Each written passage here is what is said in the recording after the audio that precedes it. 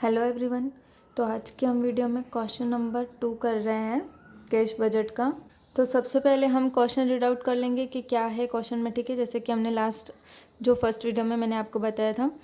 तो summarise below income and expenditure forecast for the months of March to August 2012। अब मार्च से लेके अगस्त तक दिया हुआ है मंथ्स में, जो भी यहाँ पे समराइज किया हुआ है। तो यहाँ पे फर्दर एडजस्टमेंट है। Plant costing 16,000 is due for delivery in July. जो भी प्लांट कॉस्टिंग था उसका 16,000 हमने डिलीवरी किया है जुलाई में। Payable 10% on delivery and the balance after 3 months. तो हमने जो भी डिलीवरी जब जिस दिन हुई उस दिन 10% ही हमने पेमेंट किया है, बाकी का जो पेमेंट है वो 3 मंथ्स के बाद किया है। तो डिलीवरी कब हुई है? जुलाई में, ठीक है। तो जुलाई में हुई है, तो इसका 10% मतलब 16,000 कॉस्टिंग थी, उसका 10% ही हमने डिलीवर किया है, मतलब 1600 ही हमने डिलीवर किया है, ठीक है। तो 1600 की हम एंट्री करेंगे जुलाई के मंथ में, ठीक है। उसके बाद है advance tax of 8,000 is payable in June. Advance tax हमने 8,000 रुपीज़ है वो जून में भरा है, तो इसकी एंट्री हमें जून में करनी होगी टैक्स की। Period of credit allowed by suppliers 2 months and second to customers 1 month. तो अभी यहाँ पे सप्लायर्स जो होते हैं वो परचेस के रिलेटेड होगा, ठीक है। सप्लायर्स लिखा है मतलब परचेस के रिलेटेड, कस्टमर लिखा है मतलब सेल के रिलेटेड, ओके। उसके बाद है तो परचेस जो भी है 2 मंथ्स का गैप लेंगे, मतलब परचेस का है तो मार्च का होगा, मार्च का हम अप्रैल और मई में भरेंगे, ठीक है। फिर अप्रैल का होगा तो जून में, ठीक है। मई और जून के बाद ऐसे 2 मंथ्स का गैप है। उसके बाद है कस्टमर्स का 1 मंथ का, मतलब अप्रैल का मई में जाएगा, मई का जून में जाएगा। उसके बाद है leg in payment of manufacturing expenses 1.5 month. तो लेग इन पेमेंट हम कितना लेट पेमेंट कर सकते हैं मैन्युफैक्चरिंग एक्सपेंसेस का? 1.5 मंथ, मतलब 15 डेज़ का। 50% इस मंथ का, 50% नेक्स्ट मंथ में, ठीक है, इस तरीके से। उसके बाद है leg in payment of all other expenses 1 month. बाकी जो भी एक्सपेंसेस हैं उनको 1 मंथ डिले करके हमें देना है। ऑफिस एक्सपेंसेस 1 मंथ बाद में, मतलब मार्च का है तो अप्रैल में, अप्रैल का है तो मई में, ठीक है।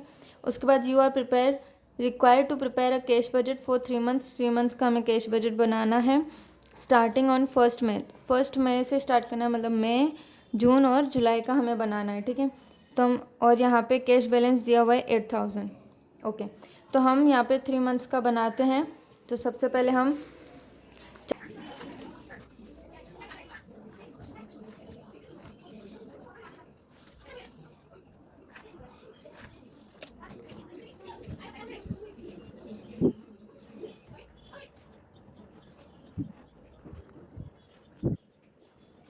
अब सम स्टार्ट करेंगे। तो सबसे पहले सम स्टार्ट कैसे करेंगे? बैलेंस ब्रोट डाउन हम लिख देंगे, ठीक है। तो यहाँ पे हम बैलेंस ब्रोट डाउन लिख देंगे। 8,000 कैश बैलेंस जो हमें दिया हुआ था 1 मई का 8,000, तो मई में हमने लिख दिया 8,000, ओके। उसके बाद है यहाँ पे रिसिट।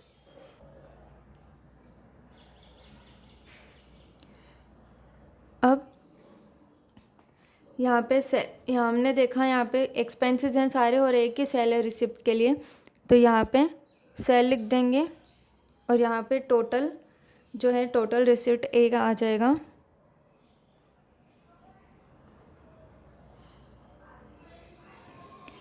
अब यहाँ पे पेमेंट,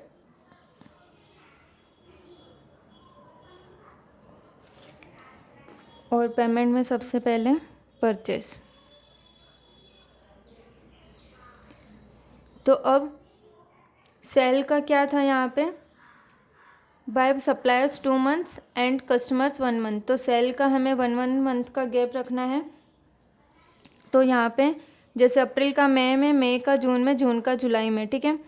तो यहाँ पे 62, 64 और 58,000 की एंट्री हम करेंगे। तो यहाँ पे हम लिख देते हैं 62, उसके बाद है 64,000 जून में और 58,000 जुलाई में, ठीक है। उसके बाद है परचेस की 2 मंथ्स में। तो मार्च का हो जाएगा अप्रैल और मई में, मई का अप्रैल का हो जाएगा मई और जून में, और जुलाई जून मई का हो जाएगा जून और जुलाई में, ठीक है। तो यहाँ पे किसकी एंट्री करोगे, आपको कंफ्यूज नहीं होना है। मार्च का है तो अप्रैल में मई में होगा, तो ये तीनों की ले लेनी है ऊपर, ठीक है। तो यहाँ पे हम उसकी एंट्री कर देंगे, परचेस की 36,000, 38,000 एंड 33,000। ओके। जो प्लांट की है और टैक्स की है वो हम लास्ट में एंट्री करेंगे, क्योंकि वो इसके रिलेटेड नहीं है, वो हम एडिशनल इन्फॉर्मेशन दे रखी है, तो हम लास्ट में लिखेंगे। तो अब यहाँ पे हमारा सी हो गया है। अब एक्सपेंसेस हैं, मैन्युफैक्चर एक्सपेंसेस 1.5 मंथ में देना है, वो मैं आपको समझाऊंगी किस तरीके से करेंगे। अदर एक्सपेंसेस जो है 1 मंथ डिले करके देना है, तो वेजेस हम यहाँ पे लिख लेते हैं, वेजेस 1 मंथ डिले करके देना है। मतलब एंट्री कौन सी होगी, 8,000, 10,000, 8,500, क्योंकि अप्रैल का हमें कब देना होगा, मई का हमें कब देना होगा, जून में, ठीक है। मार्च का अप्रैल में दोगे, अप्रैल का मई का जून में, जून का जुलाई में, ठीक है। तो अप्रैल का मई में दोगे तो क्या 8,000 मई में हमको देना होगा, और हमें मई की एंट्री करनी है, तो 8,000 मई में, 10,000 और 8,500, ठीक है। तो ये हमने कर दिया मैन्युफैक्चर एक्सपेंसेस। अब ये है कि 1.5 मंथ करना है, ठीक है, मतलब 15-15 दिनों में देना है। तो ये कैसे करेंगे, तो मैं यहाँ पे आपको कैलकुलेशन करके बता देती हूँ।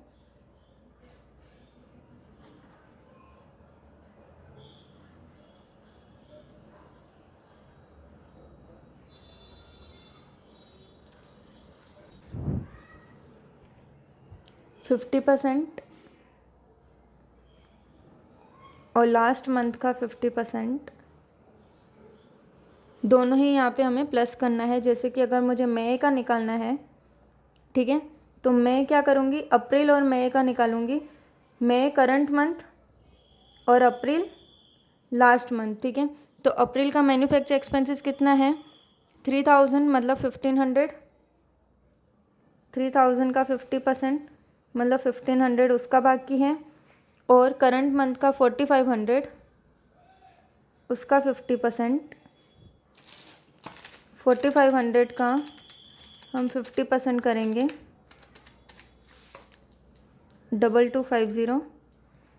अब इन दोनों का प्लस करना है, तो 3750, तो यहाँ पे लिखेंगे 3750। ओके, तो इस तरीके से करना है। वैसे ही जून का, तो जून का करंट मंथ का 50% मतलब जून का, ठीक है, मई का 50%, तो 4,500 का 50% तो यहाँ पे हमने कर लिया था ऊपर, 2250 उसका हो जाएगा, और जून का है 3,500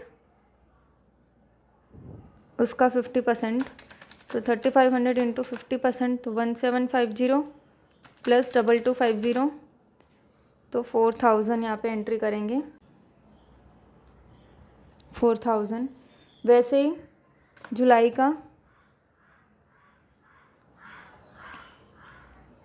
जुलाई करंट मंथ, लास्ट मंथ जून, जून का 1,750, जुलाई का 3,500, 4,000 है, 4,000 का 50%, 2,000, तो ये भी आ जाएगा 3,750, तो वो भी यहाँ पे लिख देंगे 3,750, ठीक है। आई होप आपको ये समझ में आया होगा किस तरीके से करेंगे।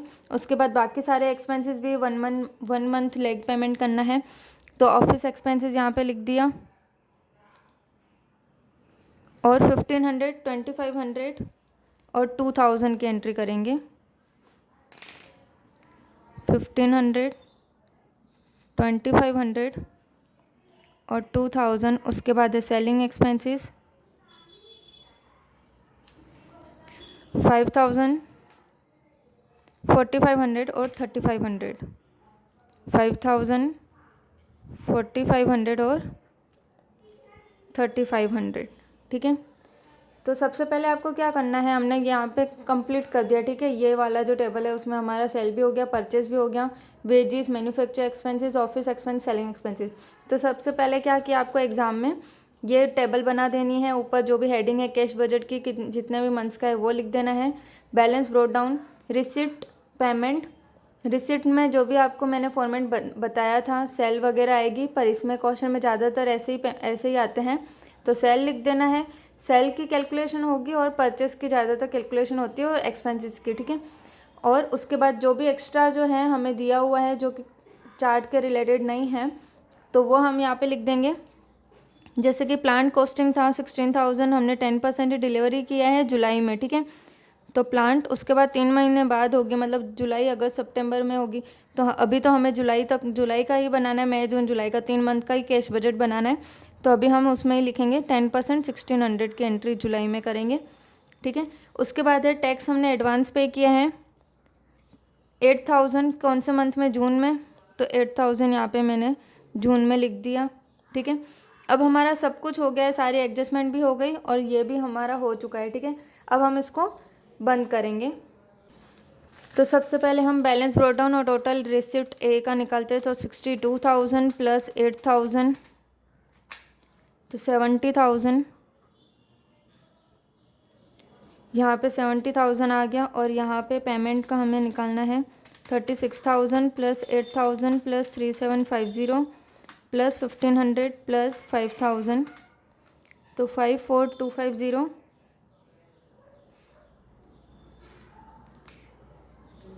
Total payment b. अब ये जो है यहाँ पे हम क्लोजिंग कैश बैलेंस लिखेंगे, जो कि कैसे निकालते हैं, ए माइनस बी करके, ठीक है। तो ए माइनस बी करेंगे, माइनस करेंगे 70,000 तो 15750, जो कि यहाँ पे हमारा इस मंथ का मई का क्लोजिंग हो गया। तो ये जून का क्या हो जाएगा, ओपनिंग। तो यहाँ पे ओपनिंग में हम यहाँ पे लिख देंगे, ठीक है।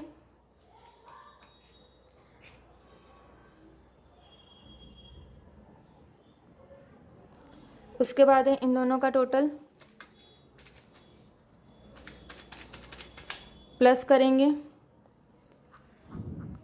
79750 और इनका टोटल पेमेंट का प्लस करेंगे 38,000 plus 10,000 plus 4,000 plus 2,500 plus 4,500 plus का 8,000 तो 67,000। अब माइनस करेंगे 79750 12750 तो ये हमारा जून का क्लोजिंग बैलेंस हो गया। तो अब ये जुलाई का ओपनिंग बैलेंस 12750। अब इन दोनों का 12750 प्लस 58,000 तो 70750।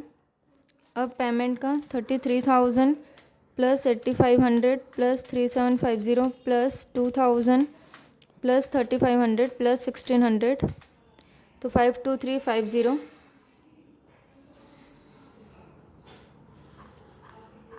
यहाँ पे ये टोटल हो गया। अब इन दोनों का माइनस करना है 7,0750 18,400। तो यहाँ पे हमारा ये वाला सम कंप्लीट होता है। आई होप आपको ये समझ में आया होगा।